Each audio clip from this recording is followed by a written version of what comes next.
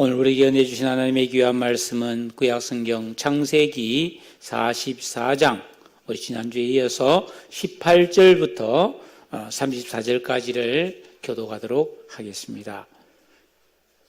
18절부터 제가 먼저 봅니다. 유다가 그에게 가까이 가서 이르되 내 주여 원하건대 당신의 종에게 내 주의 귀에 한 말씀을 아뢰게 하소서. 주의 종에게 노하지 마소서. 주는 바로와 같으심이니이다.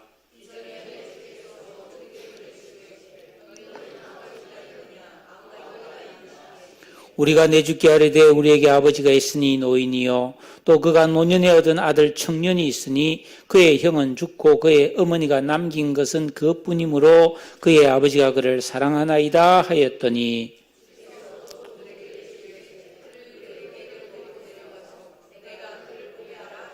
우리가 내 주께 말씀드리기를 그 아이는 그의 아버지를 떠나지 못할지니 떠나면 그의 아버지가 죽겠나이다.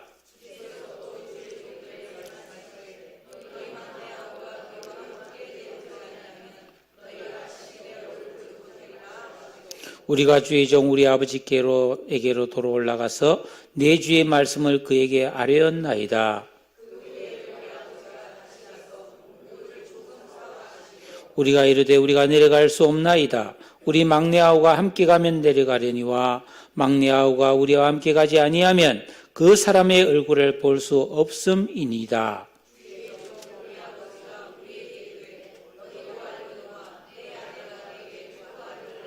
하나는 내게서 나갔으므로 내가 말하기를 틀림없이 찢겨 죽었다 하고 내가 지금까지 그를 보지 못하거늘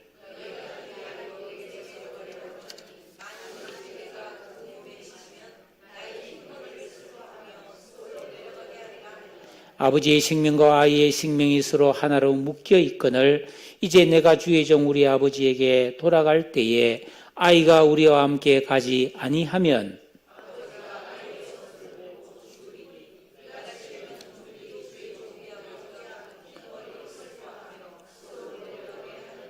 주의 종이 내 아버지에게 아이를 담보하기를 내가 이를 아버지에게로 데리고 돌아오지 아니하면 영영이 아버지께 죄짐을 지리이다 하였사오니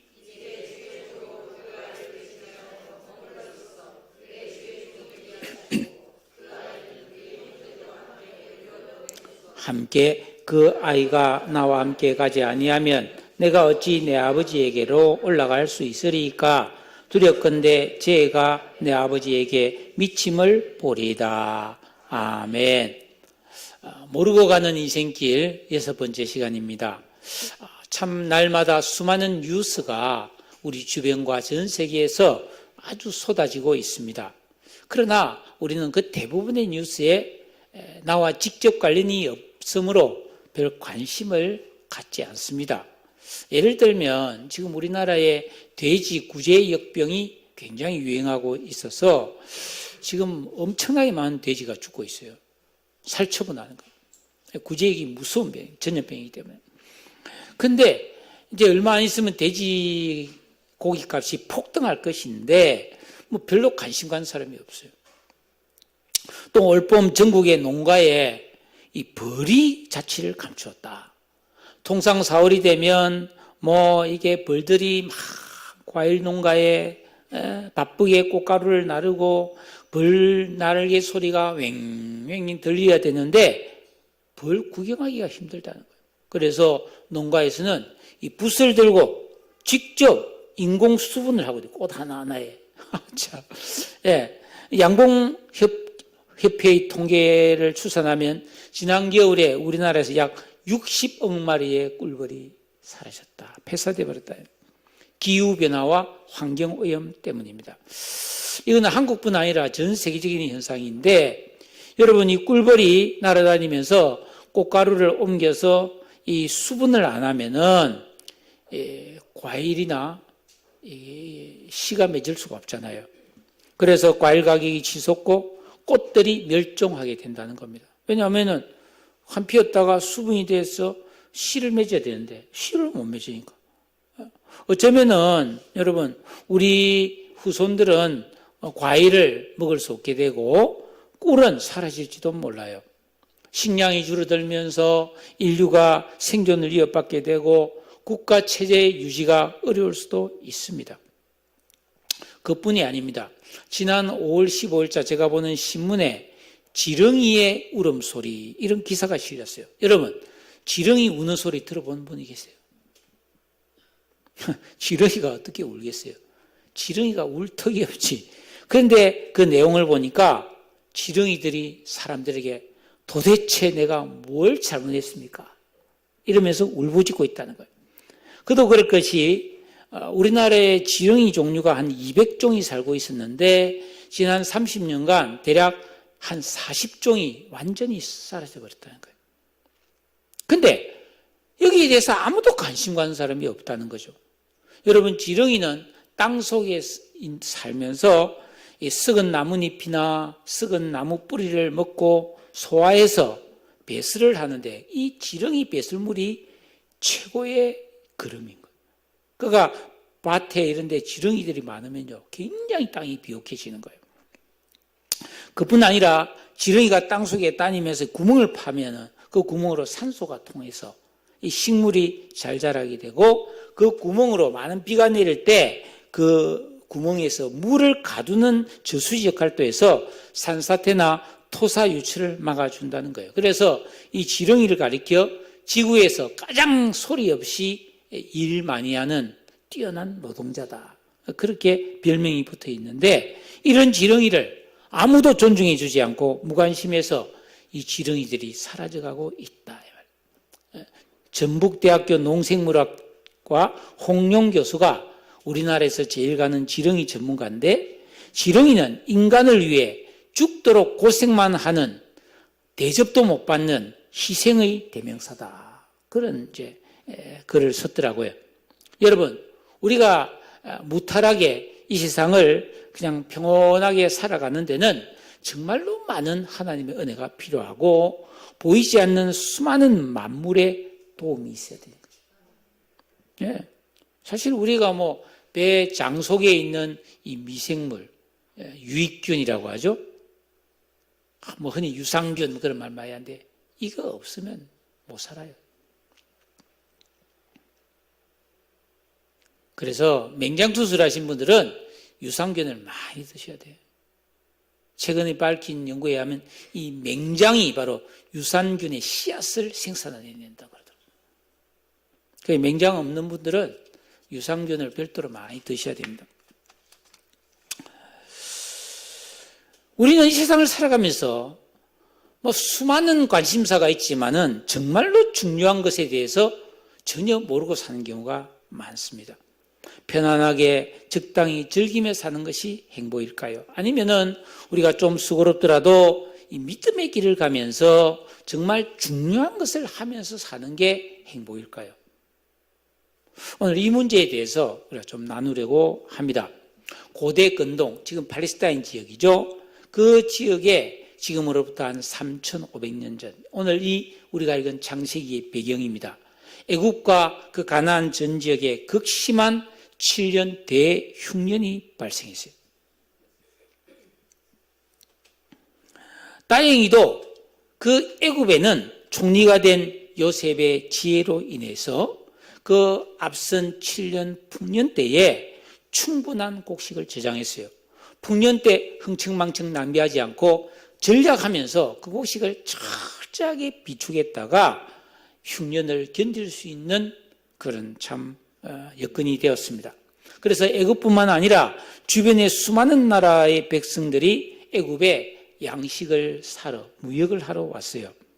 22년 전 아버지의 사랑을 독차지하는 그 이복 동생 요셉을 시기하여 노예로 팔아버렸던 사악한 야곱의 10아들 요셉의 형들도 역시 애굽의 양식을 사러 왔습니다. 요셉은 자기 앞에 엎드려 절하면서 양식을 사러 왔다고 말하는 그 형들을 단번에 알아보았지만은 하나님 뜻을 생각했어요. 하나님이 이때를 위해 나를 미리 보냈구나. 그래서 이 형들을 선대하고 화해하기로 마음먹었습니다. 대신에 그들이 지금 어떻게 변해왔는지를 한번 시험해 보기로 마음을 먹었죠. 그래서 먼저 그 사람들에게 당신들은 정탐꾼이 아니냐, 애굽의 양식을 사러 온 척하고 이 나라를 엿보러 왔지, 막 이렇게 윽박질러 봤어요. 그랬더니 깜짝 놀라면서 아이고 무사, 절대로 아니라고. 우리는 다 한 아버지의 형제라고. 우리 형제가 원래 12이었는데 한 사람은 가출해서 실종됐고, 한 막내는 아버지가 데리고 있고, 우리 10명이 양식을 사러 왔다고. 이렇게 묻지도 않은 말을 막 하는 거예요. 그러니까 요셉이, 그래? 그러면 너희들이 결백하다는 것을 입증하려면 너희 집에 한 명 남아있다는 막내 동생 한번 데리고 와봐라. 그러면 내가 너희 말을 믿을게. 그랬어요.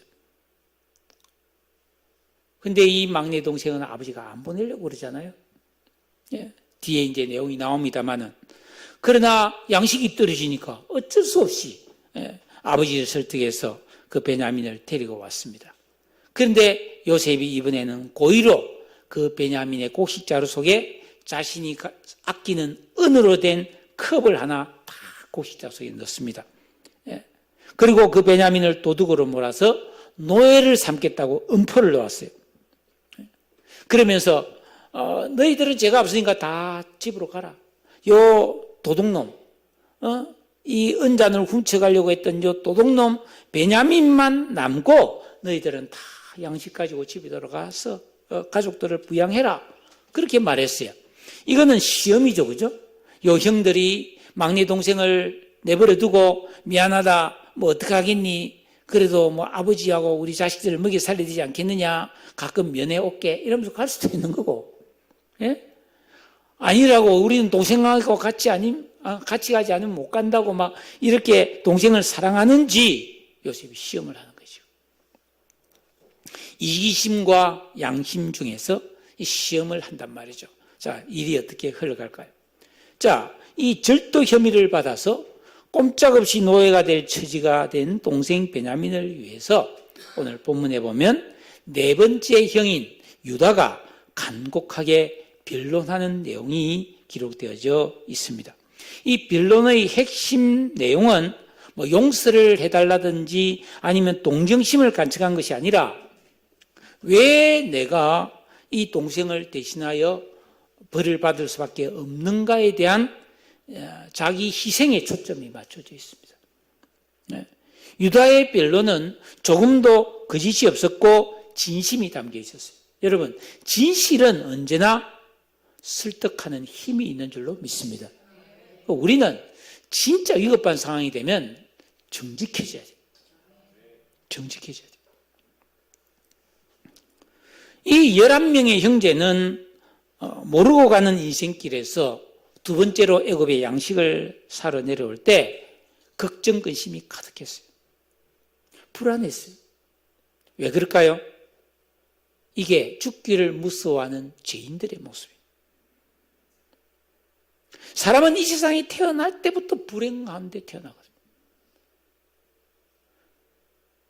그래서 이 세상에서 많은 고생을 하다가 결국 죽잖아요. 그러니까 수많은 사람이 불행을 겪다가 죽음으로써 이 세상을 끝나기 때문에 모든 사람의 심정에는 항상 두려움이 있는 거예요. 더구나 약할 때, 힘이 없을 때 두려운 거죠. 낯선 곳을 갈 때 누구나 두려운 거죠. 그래서 이 형제들은 어떻게 하든지 이 베냐민을 무사히 데리고 다시 양식을 사가지고 아버지께로 돌아와야 되기 때문에 여러 가지로 근심이 많았어요.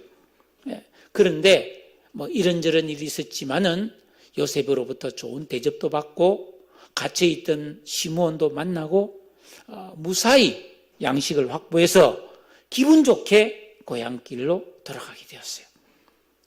그래서 막 콧노래도 나오고 이제 됐다, 살았다 이러면서 이제 빨리 가자 하고 막 가고 있는데 저 뒤에서 막 말바꾸고 소리 들린 거예요.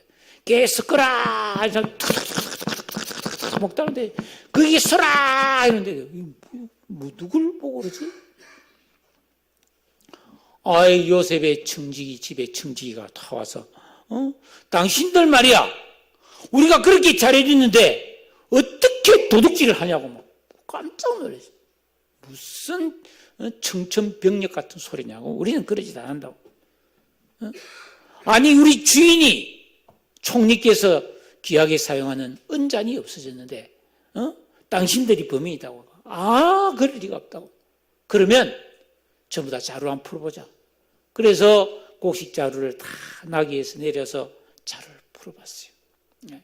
여러분 가끔 뭐 공항 같은 데 갈 때 짐 다 풀어봐라. 얼마나 귀찮아요, 그죠? 아유, 미국 같은 데는 진짜 더 그래요, 그죠? 신발, 양말까지 다 벗고 신발까지 들고 이렇게 막 걸어가게 하고 이랍니다. 자, 자루를 열어서 보니까 첫째, 둘째, 셋째, 넷째, 다섯 없어요. 근데 마지막 막내 베냐민의 자루 안에 딱 그 은잔이 턱 들어있는 거예요. 이게 웬일입니까? 절대로 있어서는 안 될 일이 벌어진 거예요. 형제들은 너무나 기가 막혀서 자기들의 옷을 탁 찢어버렸어요. 그리고 전부 다 애굽으로 다시 되돌아갔죠. 형제들은 마치 갑자기 힘으로 아친 파도에 침몰해가는 배처럼 큰 위기에 빠졌지만은 속수무책이었죠. 이럴 때 흔히 사람들이 취하는 태도는 자포자기하는 심정이 되는 겁니다. 될 대로 되라는 겁니다. 탄식과 절망에 빠지기가 쉽습니다. 우리가 이 와중에 무슨 변명을 하겠느냐? 어떤 무엇을 할 수도 소용이 없다. 이런 낙심에 빠지게 되죠. 그런데 이 같은 위기 상황에서 유다가 그 총리 앞으로 나아가서 한마디만 하게 해달라고 간청을 합니다. 오늘 말씀 18절에 보니까 내 주여 원하건대 당신의 종에게 내 주의 귀에 한 말씀만 아뢰게 하소서. 주의 종에게 노하지 마소서. 이러면서 말을 합니다. 여러분, 우리는 이 사람들을 볼 때에 그 사람이 얼마나 배웠느냐, 얼마나 가졌느냐, 무엇을 할 수 있느냐, 얼마나 잘생겼느냐, 얼마나 어떤 실력이 있느냐, 그런 걸 자꾸 보는데 사실 중요한 것은 보이지 않는 그 사람의 내면입니다. 그 사람의 정신과 감정이에요. 속 사람이 건강한가? 그 사람이 단련되었는가? 성숙해졌는가?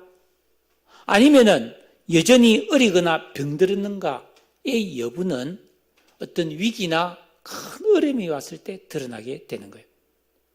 그러니까 사람은 다 비슷하게 살고 비슷하게 생겼지만 어려울 때에 그 사람의 모습은 전혀 달라지게 되는 거예요. 우리는 지도자들도 봤잖아요. 우리는 수많은 지도자들이 어려울 때 얼마나 비겁해지고 얼마나 참 거짓되어지는가도 많이 봤고요. 예? 여러분, 정신과 감정이 어리거나 병든 사람은 통제불능의 위기 상황이 되면 스스로 무너지거나 무서운 죄를 짓게 됩니다. 그러나 건강한 사람, 영적으로 성숙한 사람은 위기 상황을 만났을 때 인내하며 올바른 방법으로 최선을 다해 문제를 해결하기 위해 노력하고 결단을 내리고 책임감을 가지고 헌신하게 됩니다.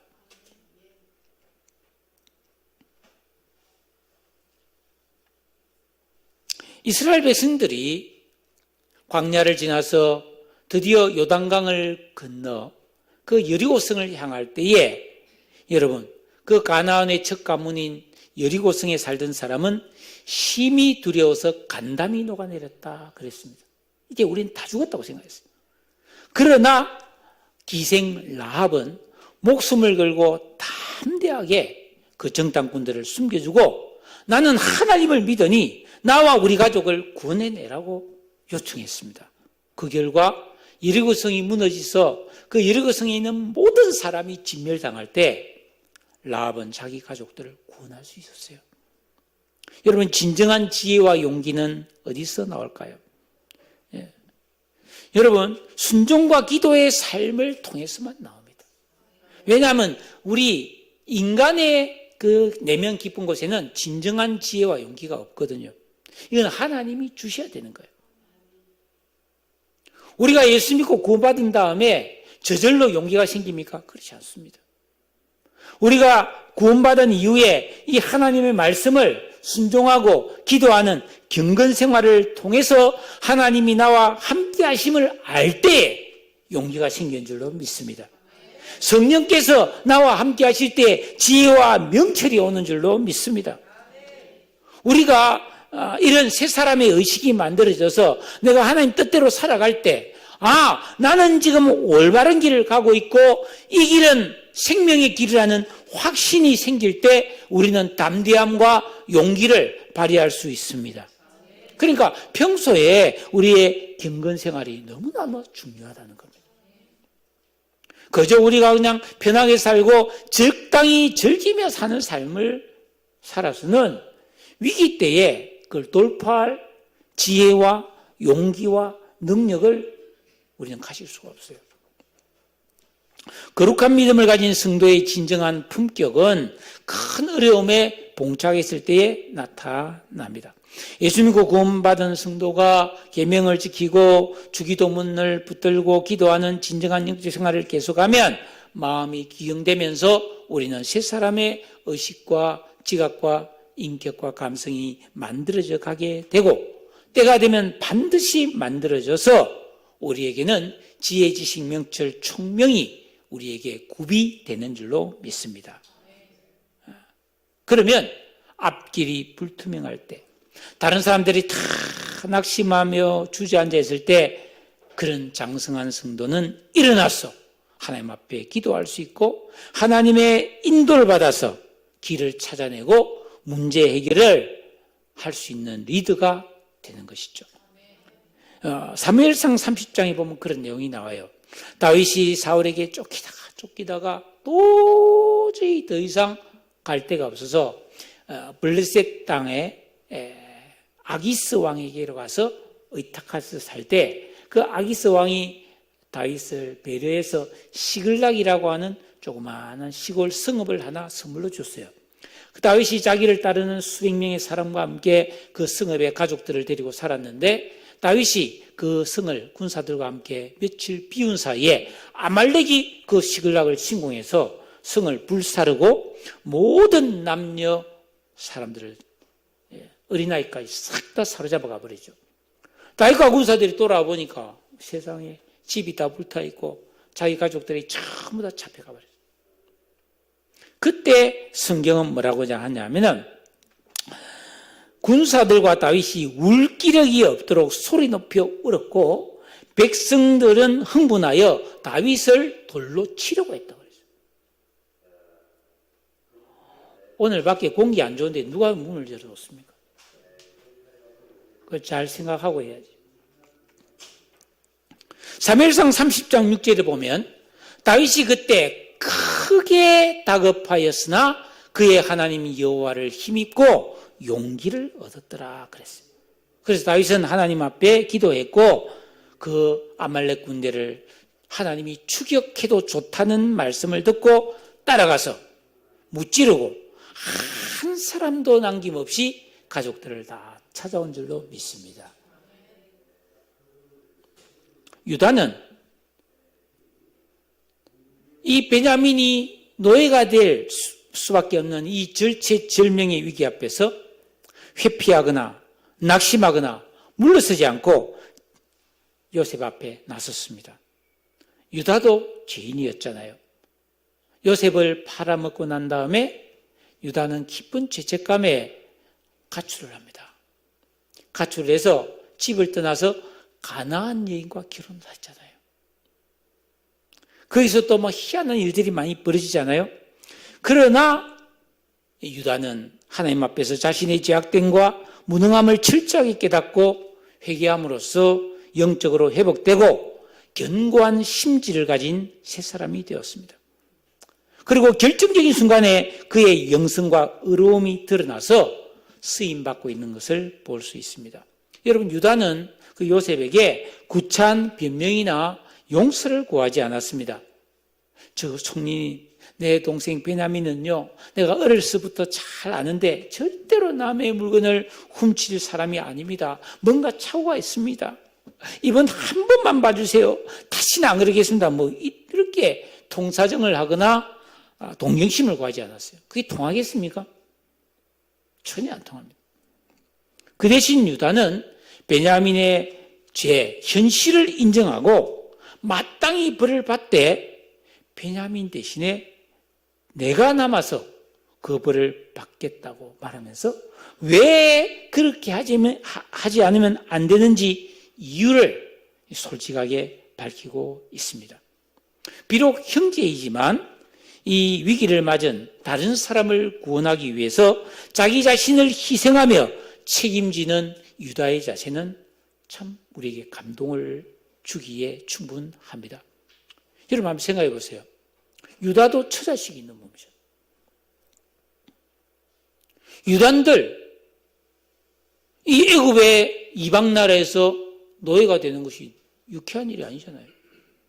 더구나 총리가 요 죄지은 요 사람만 남고 너희들은 돌아가라고 그랬잖아요. 눈 딱 감고 가면 갈 수 있는 거예요. 그런데 유다는 어떻게 해요?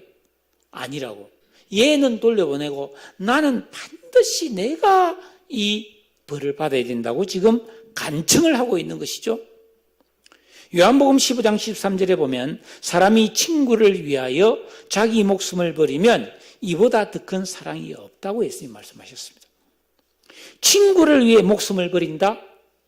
이 바로 예수님이 하신 일이잖아요. 로마서 5장 8절에 보면 우리가 아직 죄인 되었을 때 그리스도께서 우리를 위하여 죽으심으로 하나님께서 우리에게 대한 자기의 사랑을 확증하셨다고 그랬습니다. 즉 우리가 죄인인데 예수님이 뭐예요? 우리 죄를 대신하여 벌을 받으셨다 말이에요. 그러니까 유다가 현재 죄목을 이렇게 당해서 노예가 될 수밖에 없는 베냐민을 위해서 내가 베냐민을 대신하여 희생하겠다는 이게 바로 뭐예요? 장차 오실 예수 그리스도의 십자가 사랑을 보여주는 행위란 말이에요. 그 유다가 이 한 행동이 대단하다는 말이에요. 유다가 바로 이런 행동을 통해서 이스라엘의 12지파의 장자가 되죠. 영적 장자가 되고 장차 메시아 예수님이 유다 지파에서 오게 되는 결정적인 이 계기가 되는 게 바로 오늘 이 사건입니다.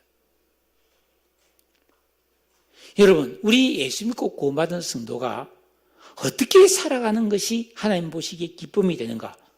우리는 성경을 통해서 예수님이 하신 일을 본받고 예수님이 가진 마음을 가지고 이 세상에 고난당하는 사람, 슬픈 사람을 위로하고 선을 베풀므로 말미암아 예수 그리스도를 이 땅에 보여주는 것이 경건이고 거룩이고 하나님께 영광이 되는 줄로 믿습니다. 유다는 진실을 진술했습니다. 이 소년 베냐민을 여기 데려온 일은 너무너무 어려운 일이었다. 베냐민은 우리의 늙은 아버지에게 너무나 소중한 존재로 우리 아버지가 생명처럼 아끼는 아들이다. 그런데 전번에 왔을 때 총리께서 엄한 소리로 너 막내 동생을 데리고 오지 않으면 양식 사러 올 수 없다고 말했기 때문에 우리가 아버지를 겨우겨우 설득하여 데리고 왔는데 만약에 이 아이를 다시 데리고 돌아가지 못하면 우리 늙으신 아버지는 돌아가실 것입니다. 그러면 우리 집안은 망하고 큰 슬픔에 빠질 것이라고 호소를 했으므로 그러므로 이 사건은 베냐민 한 사람의 문제가 아니라 우리 집안 전체의 참 운명과 직결되는 그런 큰 문제라는 것을 고백했습니다. 그리고 이 베냐민을 보내지 않으려는 아버지를 설득해서 우리가 이 베냐민을 여기까지 데려올 수 있었던 것은 유다 아내가 이 아이의 안전을 담보했기 때문입니다. 그러므로 베냐민에게 일어난 모든 일의 책임은 나에게 있기 때문에 내가 이 아이를 대신해서 노예가 되겠다는 그런 주장을 유다가 펼친 거죠. 여러분, 요셉이 정말로 듣고 싶었던 말 아니었습니까? 요셉이 자기의 신분을 감춘 채 울음을 끄끄하고 삼켜가면서 그 형들을 이렇게 가혹하게 시험하면서 확인하고 싶었던 것이 무엇이었습니까?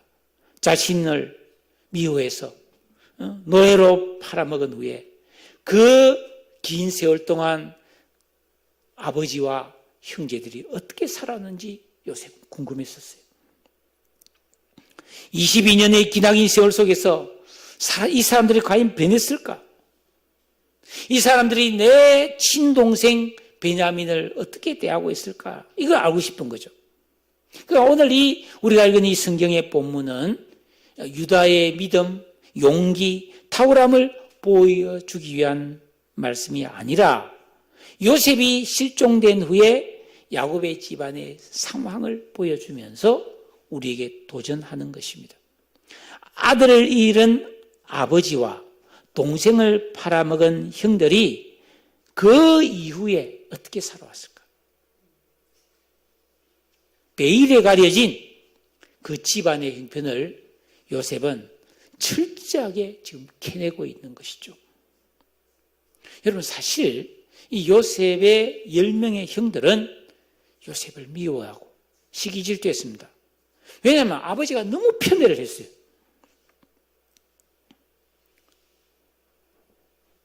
그때 베냐민은 너무 어렸고 이 요셉을 이 야곱이 사랑하면서 요셉에게는 막 색동저고리를 입혀줍니다. 그 당시 완전 명품 옷이에요. 그리고 요셉은 일하러 보내지도 않아요. 10명의 아들은 들판에 양을 치면서 고생을 시키면서 요셉은 오냐냐하고 자기 품에 안고 있었단 말이에요. 그러니까 이 형들이 요셉에 대해서 질투할 수밖에 없었고 아버지의 편에 사랑을 갈구할 수밖에 없었죠. 그리고 요셉이 형들의 잘못을 아버지에게 고자질하니까 얼마나 밉상이겠어요. 그래서 우발적으로 그 요셉을 죽이려고 하다가 팔아먹었잖아요. 계획적으로 팔은 건 아니잖아요. 요즘도 뭐 이런 사건 같은 거를 파헤친 기사를 보면 어떤 사람이 죄를 지었는데 이걸 계획적으로 했느냐 갑자기 우발적으로 했느냐에 따라서 그 형벌이 분량이 다르잖아요. 어쨌든 이 요셉 형들은 우발적으로 이 요셉을 팔았단 말이죠. 근데 막상 팔고 나서 아버지에게 가서 요셉이 죽은 것 같다고 이렇게 말했을 때 상상하지 못했던 일이 벌어지는 거예요. 그 아버지가 깊은 슬픔과 절망에 빠졌어요. 하루 이틀, 한 달, 두 달도 아니고 1년, 2년도 아니고 평생을 고통하는 거예요. 서러워하는 거예요. 그러면서 이 형제들이 너무나 큰 죄책감에 사로잡힌 거예요. 우리가 너무 큰 잘못을 저질렀다는 것을 아마 절감했을 거예요. 그래서 요셉을 다시 찾아올 수는 없지만 대신에 그 요셉의 친동생인 베냐민을 미워하지 않고 온 형제가 사랑하면서 자신들의 죄책감을 들어보려고 애쓰면서 두려움과 심적 고통을 겪으며 살았다. 그래서 그들이 양식 사러 왔을 때 요셉이 뜬금없이 너희들 정탐꾼이지 하고 이러니까 그들이 야 우리가 요셉 팔아서 이제 벌 받는구나. 바로 그 죄책감이 나와버리잖아요. 그러니까 여러분 우리 사람은 그래요. 죄를 짓고 못 삽니다. 빨리빨리 회개해야 됩니다. 할렐루야. 죄를 짓지 말아야 되고 죄를 지었을 때 빨리 회복하고 그 죄의 문제를 처리해야 될 줄로 믿으시기를 바랍니다. 이 아버지 야곱은 그 사랑하는 아들 요셉을 잃어버리고 난 후에 더욱더 베냐민을 아끼고 집착하고 온 가족이 베냐민을 오냐오냐하고 살았던 것 같아요. 왜 그렇습니까? 이 야곱에게는 4명의 부인이 있었지만 야곱이 정말 사랑해서 결혼을 했던 부인은 라헬이잖아요. 그 라헬이 아들을 못 낳고 있다가 자식을 못 낳다가 결국 나중에 그 요셉을 낳고 두 번째로 베냐민을 낳다가 죽잖아요. 그러니까 이 야곱은 그 사랑했던 자기 아내에 대한 애틋함이 있는 거예요. 그러니까 그 자식인 베냐민과 요셉을 끔찍하게 눈에 넣어도 아프지 않을 정도로 애지중지했던 것이죠. 여러분 종종 전단지나 뭐 여기저기에서 실종 아동을 찾는다는 그런 부모의 애타는 글을 읽을 때가 있습니다. 제가 얼마 전에 그런 전단을 하나 봤는데요. 딸을 잃어버린 지 40년이 됐어요. 그래서 그 초등학교 다니는 딸과 함께 40년이 지났으니까 한 50 정도 됐을 딸의 그 변했을 모습까지도 어떻게 그림을 그렸는지 해서 같이 해놓고 그 애를 찾는다는 그런 전단을 봤을 때 진짜 너무 마음이 아프고 눈물이 났어요. 여러분, 부모는 잃어버린 자식을 눈 감을 때까지 못 잊죠. 어떻게 잊겠습니까? 그러니까 여러분, 우리 가정에서 자녀가 태어나고 이 자녀가 자라서 청년이 되고 결혼을 해서 살아가는 모습을 보는 부모의 행복을 여러분 감사하셔야 돼요.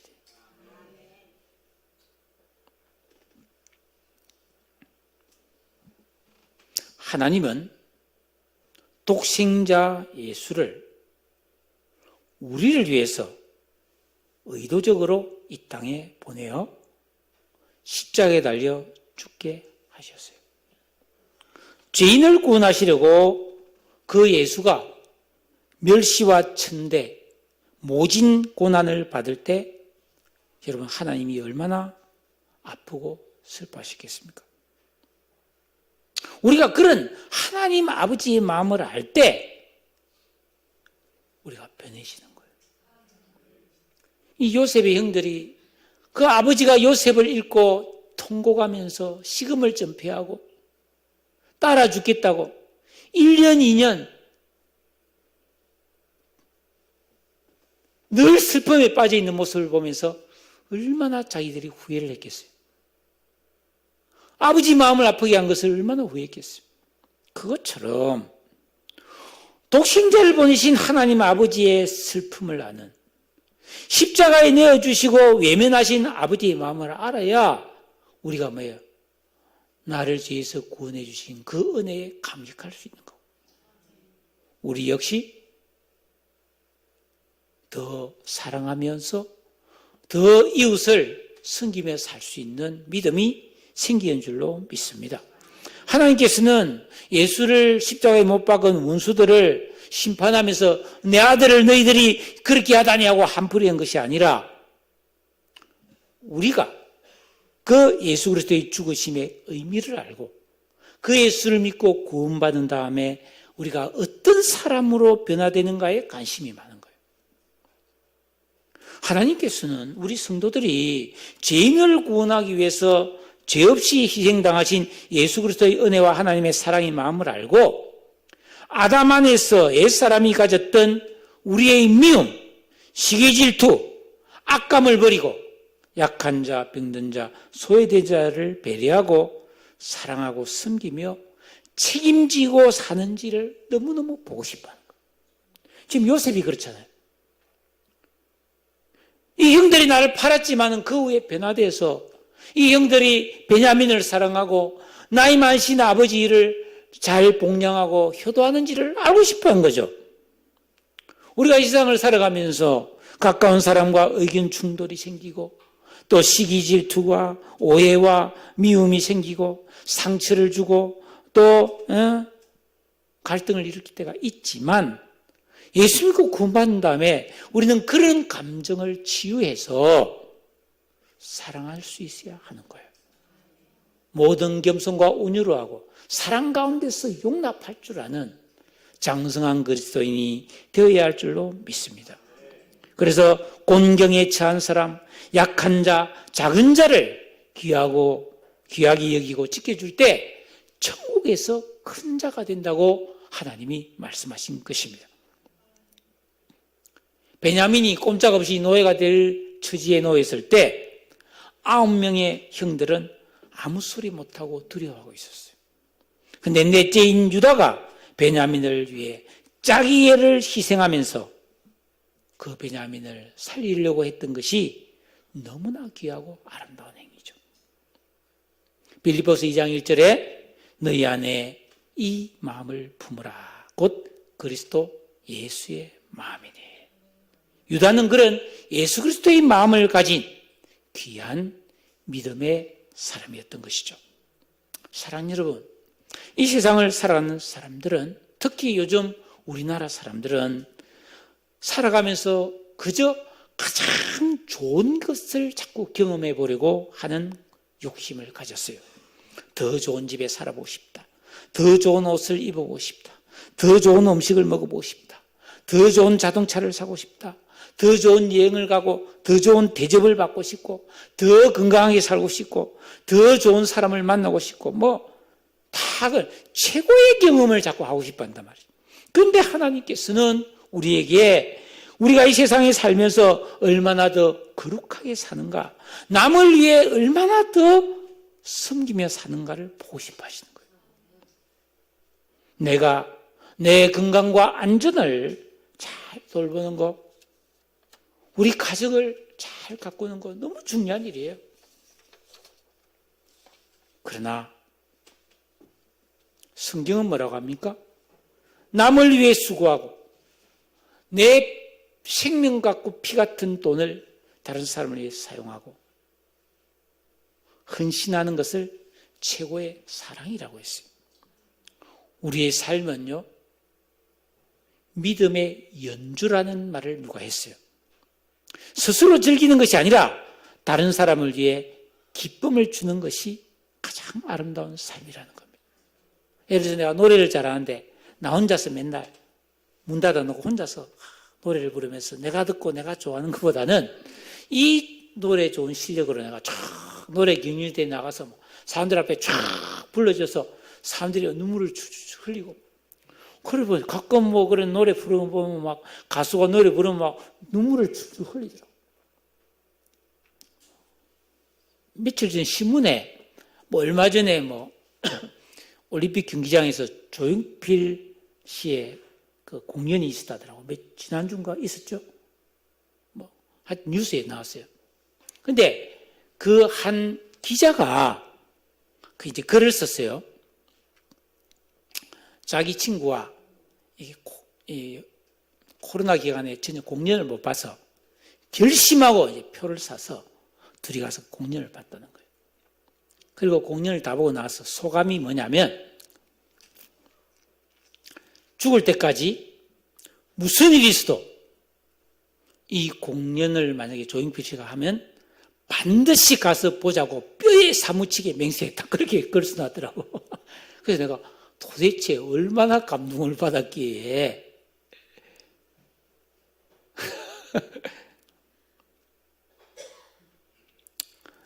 우리 인생이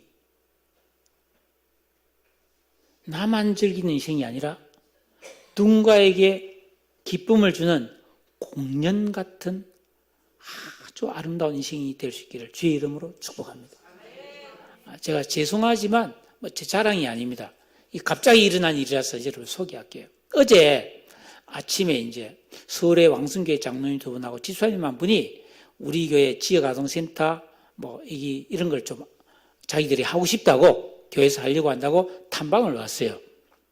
그래서 같이 차를 한잔하는데 그 따라온 집사님이 강 집사님이라고, 나이가 이제 50대 초반인데 그 집사님은 전혀 생각지도 않았는데 왔어요. 와서 저보고 그러더라고. 제가 인간 같지 않은 사람이었는데 20몇 년 전에 나를 만나서 인간이 돼서 지금 잘 살고 있다는 거예요. 나는 기억에도 없어요. 근데 제가 그 교구를 맡았는데 그 30대 초반이었는데 그때 굉장히 어려웠어요. 그 사람이. 밥을 먹고 살 수 없을 정도로. 그 부인 집사님이 갓난아기를 들쳐업고 그 젊은 사람이 진짜 시장에서 허드렛 일을 하면서 그렇게 살았던 것 같아요. 근데 제가 그 집에 신방을 와서 많이 격려를 해준대. 제가 보니까 그 두 사람이 그래도 참 둘이 다 대학도 나오고 삶이 괜찮은데 왜 이리 못 살지? 제가 개인적으로 그런 생각은 했어요. 그러면서 당신들 희망이 있다. 믿음 생활 잘해라. 열심히 살면 무슨 일이든 열심히 하면은 반드시 복을 받는다 하고 제가 그렇게 말해줬다는 거예요. 그러면서 제가 자기에게 봉투를 하나 줬다는 거예요. 난 기억이 없어요. 기억이 없어요. 얼마나 줬겠어요. 근데 자기가 그걸 잊지 못합니다. 지금은 학원을 해서 돈을 많이 벌었대요. 근데 저한테는 봉투를 안 줬어요. 그걸 받았다잖아요. 하여튼 근데 제가 그 말이 굉장히 고맙더라고. 거기에서 은혜를 많이 받았겠지. 근데 그때 그 힘이 됐다고. 그래서 지금까지 믿음 생활을 잘하고 있어서 감사하다. 그래서 내가 참 하나님 앞에서 조금 감사가 됐어요. 여러분, 우리가 이 세상을 살아가면서 누군가에게 기쁨을 주고 용기를 주고 격려를 줄 수 있도록 내 안에 은행 잔고뿐 아니라 선행의 잔고, 사랑의 잔고, 감정의 잔고가 항상 풍성하기를 주의 이름으로 축복합니다. 오늘은 스승의 주일입니다. 우리의 참 스승인 예수 그리스도께 배워야 될 것이 바로 이것입니다. 유다는 큰 위기 때 포기하지 않고 바른 지각을 사용하여 섬기고 희생하는 본을 보였습니다. 이러한 유다의 헌신을 보고 요셉은 통곡하며 자신의 정체를 드러내죠. 바로 다음 장에 나옵니다. 내가 요셉입니다. 왜냐하면 유다가 그토록 알고 싶었던 형들의 변화, 자기 집안에 참 기대하던 모습이 드러났잖아요. 요셉이 정체를 밝히고 그 형제들을 품었을 때 이 형들의 모든 고민과 가난과 흉년과 미래의 문제는 해결이 되어버렸어요. 요셉이 그들을 다 애굽으로 초대해서 가장 좋은 땅을 주고 그들에게 복을 줍니다. 여러분, 우리가 큰 고난과 시련이 왔을 때 낙심하거나 포기하는 것이 아니라 기도하면서 하나님 앞에 아뢰어야 합니다. 변명이나 좌절하지 말고 선을 행하는 가운데 하나님 앞에 간구해야 합니다.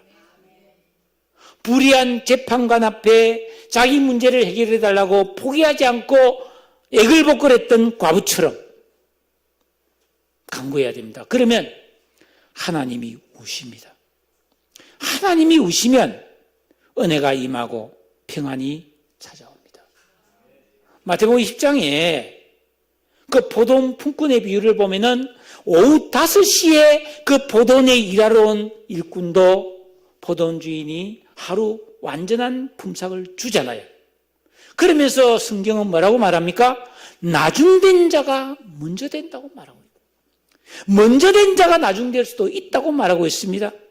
우리는 이렇게 말씀하신 주님의 뜻을 알고 내가 좀 늦었다, 내가 좀 부족하다, 내가 지금 약해졌다고 생각할지라도 담대하게 선을 행하는 가운데 믿음의 길을 가면 주님이 나에게 복을 주시니 모든 문제를 능히 해결할 수 있는 주님의 은혜의 역사가 우리 인생에 부어질 줄로 믿습니다. 우리 인생은 모르고 가는 길이에요. 그러나 하나님은 아십니다. 그 하나님을 믿고 믿음의 길을 가기를 주님의 이름으로 축복합니다.